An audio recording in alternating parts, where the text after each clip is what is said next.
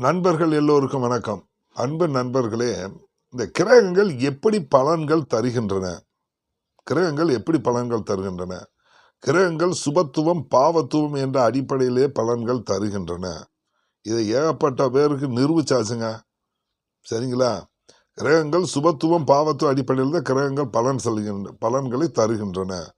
இதோட சேர்த்து ஆதிபத்தியம், காரகத்துவத்தை இணைத்து சுபத்துவமாகி பலனை கொடுக்கிறது. இப்படி தாங்க ஒரு கிரகம். இதுக்கு உதாரணமாக ஒன்று சொல்லுவோம். சூரியனை குருபாக்கக்கூடிய அமைப்பு, இது தாங்க சுபத்துவம். சந்திரனை குருபாக்கக்கூடிய அமைப்பு சுபத்துவம். செவ்வாயை குருபாக்கக்கூடிய அமைப்பு சுபத்துவம். இதே செவ்வாயை பௌர்ணமி சந்திரன் பார்க்கக்கூடிய அமைப்பு செவ்வாய் அதிக சுபத்துவம். இது சுபத்துவம்.